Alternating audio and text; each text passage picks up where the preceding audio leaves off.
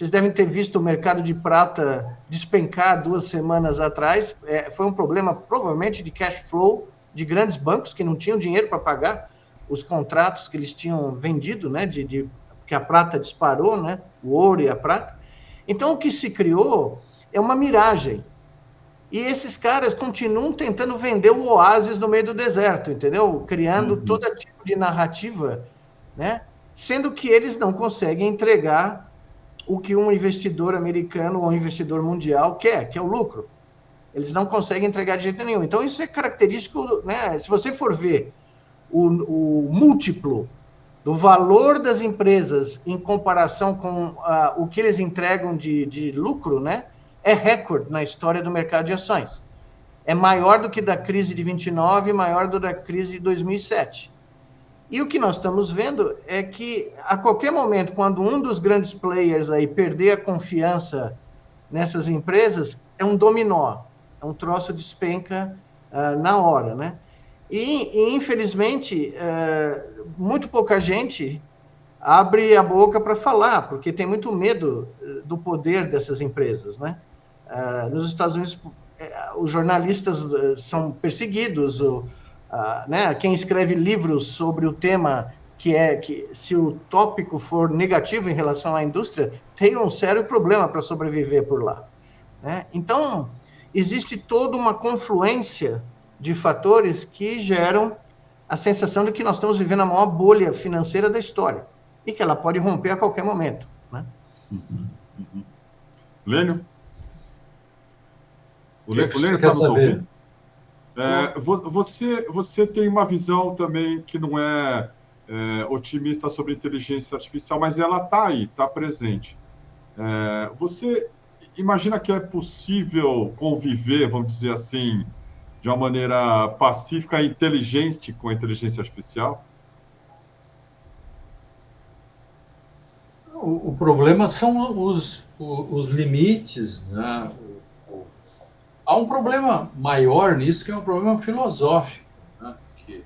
Para que serve e qual é a pretensão da humanidade? O homem, o ser humano, foi feito para o bem e para o mal, para se apropriar da natureza. Ele fez mal porque se apropriou demais. Se você olhar o Fausto, o Mefistófeles, diálogos, enfim, e nós, desde a Bíblia, né, simbolicamente, nós vamos nos apropriar da natureza e acabamos esculhambando com a natureza. A grande questão é que agora, paradoxalmente, nós estamos construindo a nossa antítese, algo, se nós nos apropriamos do mundo e dominamos, agora nós estamos construindo algo para nos dominar. Isso é espantoso, que o ser humano construa ou se esforce para construir algo que o coloque como um idiota, que tornemos nossas crianças dependentes. Isso é uma coisa visível. As pessoas já não leem mais, os adultos passam o dia com TikTok, não sei mais o quê. Quer dizer, livros não servem para nada, a não ser para adornar cenários de lives, né? e de programas, enfim. Então, não tem como conviver pacificamente com algo que está sendo feito para me dominar. Eu não posso conviver pacificamente com o dominador. Eu não posso conviver pacificamente com o predador. Isso é um ecossistema existencial. E eu não posso fazer parte do construtor da destruição desse ecossistema existencial e paradoxalmente, eu apresentar mecanismos de autodestruição. Quer dizer, eu não tenho como ficar pacificamente olhando para isso. E isto se dá, digamos, num plano maior, macro, naquilo que se entende por relações sociais, relação do homem com a ciência, relação do homem com a sociedade em geral, das pessoas entre si, ninguém mais fala nada, só manda gravação. Nós caímos no mundo prêt-à-porter, prêt-à-penser, prêt-à-parler, né, para brincar um pouco com isso, né? E, por outro lado, as ciências especificamente, né,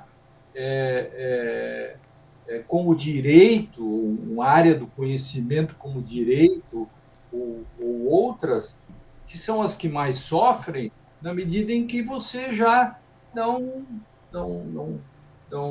se esforça para nada, não se lê mais nada. Criamos uma camada em que criamos um igualitarismo fictício produzido por um conhecimento que não é conhecimento, é um mero conjunto de informações, porque informação não é conhecimento, conhecimento não é saber, saber não é sabedoria, e qualquer Zé Ruela escreve textos. Jornalistas escrevem textos com o IA, assumem que escrevem com o IA sem nenhum pudor, entendeu? Ou seja, lamentavelmente, é a ascensão da insignificância. Eu me refiro aqui a Castoriadis com a ascensão da insignificância e brinco com isso, me lembrando na festa da insignificância do Milan Kundera, né? Quer dizer, azul o Zé Ruela e a Zé Ruelagem que chegam no poder. Cria-se, todos são iguais. Chegamos todos os gatos são pardos. O cara passou a vida estudando Machado de Assis.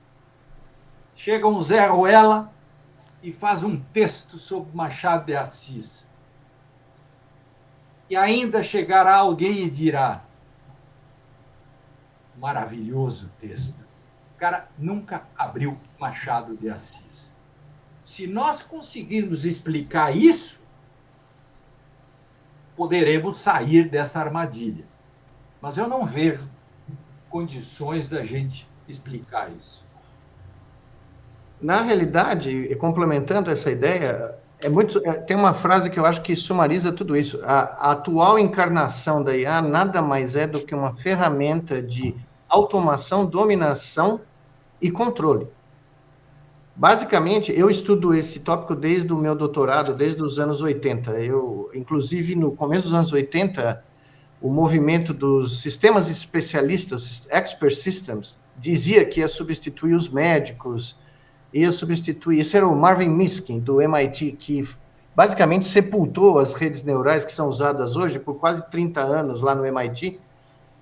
E ele previa, veio aqui ao Brasil, veio a São Paulo, veio aqui no Centro de Convenções Rebouças dar uma palestra, dizendo que esses sistemas baseados em regras iam substituir médicos, advogados, engenheiros, e não deu em nada, evidentemente. E nessa época eu comecei a aprender as linguagens de programação que ele propunha e os colegas dele propunham. John McCarthy, que foi o cara que criou o termo inteligência artificial, que é um nome completamente absurdo, porque não é nem inteligente nem artificial, né? Mas que rendeu bilhões de dólares do Pentágono para financiar essa área desde o final dos anos 50, né?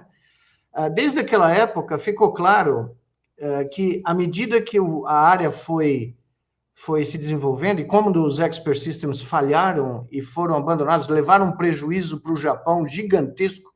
A economia japonesa, nos anos 90, entrou em recessão por causa do investimento bilionário que eles fizeram o que eles chamaram da quinta geração de computadores que nunca se materializou. Tá? Então, o Marvin Minsky gerou uma crise financeira no Japão gigantesca que até hoje o Japão ainda não se recuperou.